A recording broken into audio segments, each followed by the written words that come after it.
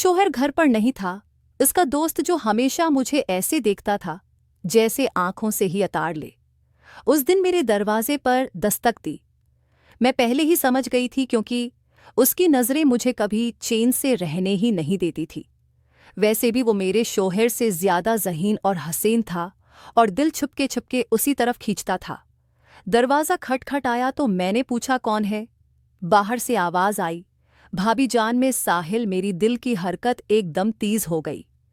उसने पहली बार मुझे भाभी जान कहा था और इस लफ्ज़ में कुछ अलग ही अंदाज था, जैसे वो कहकर कुछ और समझा रहा हो। मैंने फ़ौरा दरवाज़ा खोल दिया। मैंने अपना चेहरा कुछ उदास बनाया और जैसे बीमार हूं वैसे दिखाया। धीरे से कहा, मेरी कमर में बहुत दर्द है। साहिल ने हंसी दबाकर जवाब दिया, अगर आप चाहो तो मैं बाम लगा देता हूं, दर्द जल्दी ठीक हो जाएगा।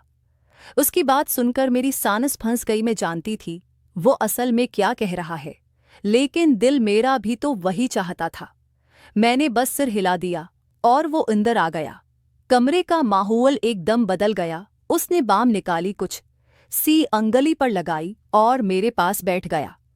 उसका चेहरा मेरे बिल्कुल करीब था। उसकी सांस मेरी गर्दन को छू रही थी। जैसे ही उसने मेरी कमर पर बाम लगाना शुरू किया, मेरी सांस तेज हो गई। इसकी अंगुलियों का लम्स सीधा दिल तक उतर रहा था। कभी वह हल्का सा दबाता, कभी ज्यादा।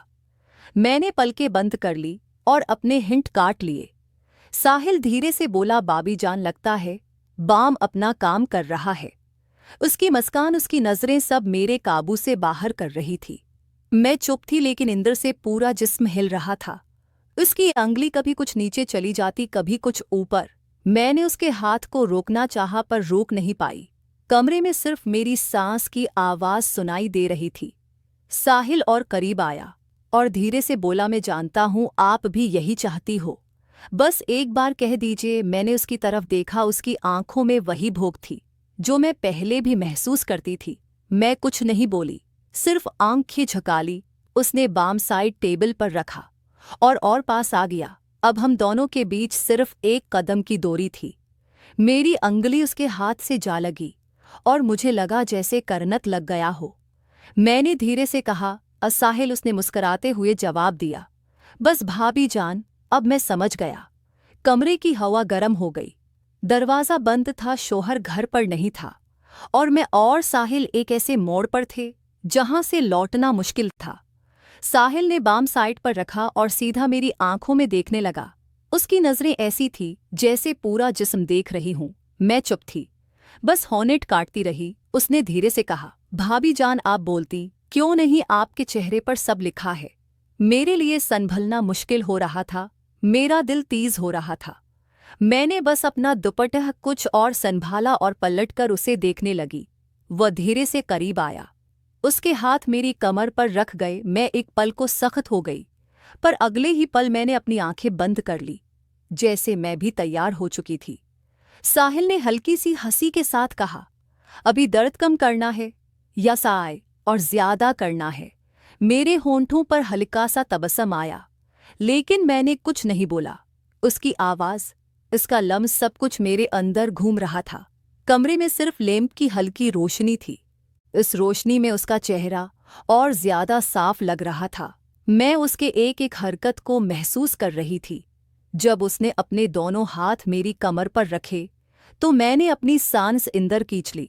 मैंने धीरे से कहा, साहिल, और उसने बिना देर की जवाब दिया, बस भाभी जान, में यही था आपके लिए। मुझे लगा जैसे सब कुछ वही रख गया हो।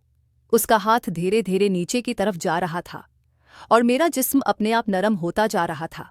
मैंने उसका हाथ थामकर रोकना चाहा पर इंदर से रुकी ही नहीं। उसने अपना चेहरा इतना पास कर लिया कि मैं उसकी सांस महसूस कर रही थी। मेरी आंखों के सामने सिर्फ उसका चेहरा था। उसकी मुस्कान जैसे मुझे कह रही हो, अब तो तुम मेरी हो। मैंने अपना सर हल्का सा झुकाया और इस लम्हे में मैं खुद को रोक नहीं पाई।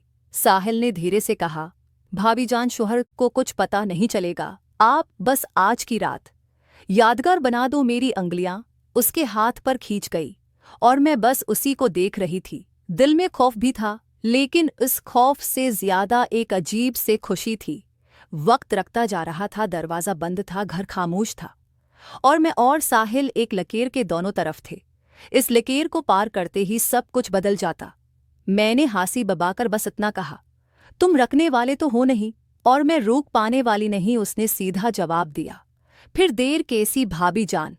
और जैसे ही उसने मुझे अपनी तरफ खींचना शुरू किया, मेरा सारा काबू टूट गया। साहिल ने मुझे अपनी तरफ खींच लिया। एक पल को लगा जैसे पूरा कमरा घूम गया हो। उसका सीना मेरे करीब था, उसकी सांस मेरी गर्दन को छू रही थी।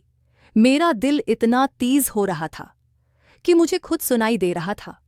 मैंने उससे दूर जाने की कोशिश की, लेकिन उसने मेरी कलाई थाम ली।